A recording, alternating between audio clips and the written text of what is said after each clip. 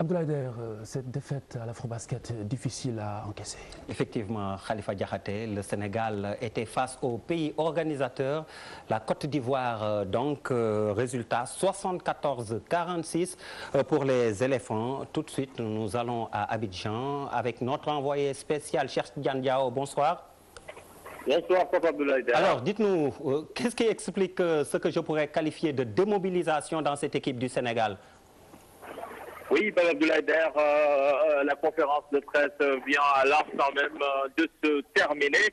L'entraîneur du Sénégal, Chertar, donc, qui explique cette défaite par le fait que ses joueurs ont amené ce match dans une dimension qui n'était pas du tout la sienne, notamment cette rivalité sportive entre le Sénégal et la Côte d'Ivoire qui leur a infligé beaucoup de pression.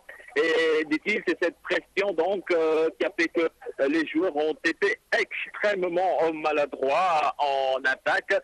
L'équipe du Sénégal donc qui s'est carrément démobilisée. Comme vous l'avez dit, le capitaine Maleno, lui, pense tout simplement, dit tout simplement qu'ils n'ont pas respecté les consignes de l'entraîneur, notamment sur cette rivalité.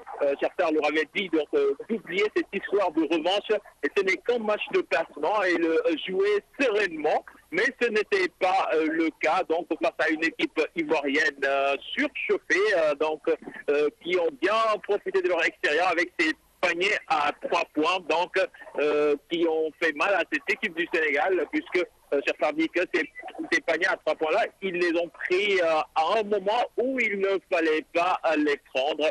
Donc c'est ce qui a amené cet écart de 28 points entre le Sénégal et la Côte d'Ivoire. Tout de même, Chertar ne désarme pas parce qu'il dit que cette défaite vient à son heure, puisque ce n'est qu'un simple match de classement, et qu'il va remobiliser ses troupes pour aller chercher cette deuxième place face à l'Algérie.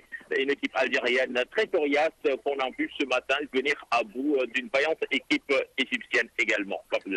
Merci, Cheikh Tidiane Diao. Pour plus de détails, rendez-vous juste après cette édition avec le journal de l'Afrobasket que vous présentez justement à d'Abidjan. Vous l'avez dit, l'Algérie qui a battu l'Égypte 67-63 et puis le Cap-Vert qui domine la Centrafrique 90-82. On passe au football avec l'élection du président de la Fédération sénégalaise de football. C'est samedi prochain.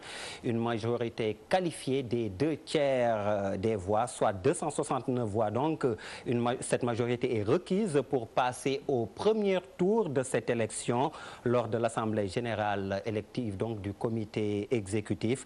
Et pour le deuxième tour, il faut recueillir la majorité absolue, soit 203 voix pour être élu. Pour être complet, sachez que 403 électeurs vont prendre part au vote. Et justement, aujourd'hui, nous vous présentons le 5e candidat sur les 6, Abdoulaye Diallo, son portrait avec Cheikh Tidiane Dione.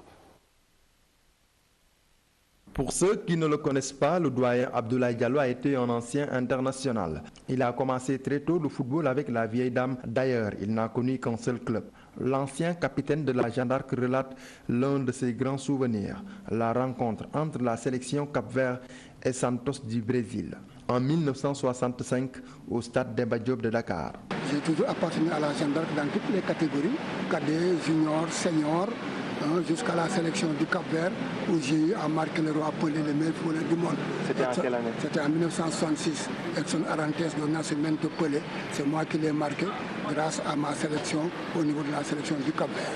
Ensuite, j'ai été en équipe nationale de 64 jusqu'en 69. L'ancien capitaine de la Jeanne d'Arc de Dakar relate l'un de ses grands souvenirs, la rencontre entre la sélection Cap-Vert et Santos du Brésil. C'était en 1966 au stade Demba Diop de Dakar. Je représente l'association des internationaux sénégalais de football. Il n'y a pas plus, il n'y a rien au-dessus de l'international. Ah, oui, c'est le dernier diplôme en football et nous l'avons. Donc c'est pourquoi je dis que nous devons pouvoir reprendre le football qui nous appartient. Le père à Oumar Diallo, l'ancien gardien de but du Lion de la génération 2002, et également à Moustapha Diallo, actuellement à Guingamp en France, est un sportif dévoué. Parce que quand on parle de football, on parle de résultats. Le résultat d'abord. Mais il n'y a pas de résultat. Le Sénégal n'a eu aucun résultat, ni en compétition internationale, ni en compétition continentale. On est tout le temps éliminé. Dernièrement, il y a la Mauritanie qui nous élimine. Nous avons dit puisque ça ne va pas et que le Sénégal est une grande nation de football, mais nous allons déposer notre candidature, prendre ce football-là et proposer, nous, les urgences, proposer qu'est-ce qui fait marcher ce football. L'actuel président de Diakhao FC a de grandes ambitions pour le football national. À base locale, plus maintenant, s'il nous manque quelque chose, on les prend aux meilleurs expatriés. Oui, c'est ça notre problème. Nous avons dit aussi que maintenant, pourquoi cette équipe nationale à base locale, ça permettra à ces gosses-là d'avoir envie d'aller en équipe nationale. Ils vont se dire, bon, nous sommes ici, nous sommes des professionnels, même s'ils gagnent 25 000 francs, c'est des professionnels. Alors ils vont dire, écoutez, au moins, on va se battre pour aller en équipe nationale parce qu'il y a l'équipe nationale locale. Mais si vous prenez 23 joueurs qui sont des expatriés et des binationaux, mais les gosses vont dire, mais nous, quel est notre rôle dans le championnat national? Chez les Diallo, le football est une véritable affaire de famille et le doyen Abdoulaye veut désormais tout simplement présider aux destinées de la famille du football sénégalais. Voilà, Khalifa Diakhaté, c'était là l'essentiel pour les sports. Merci.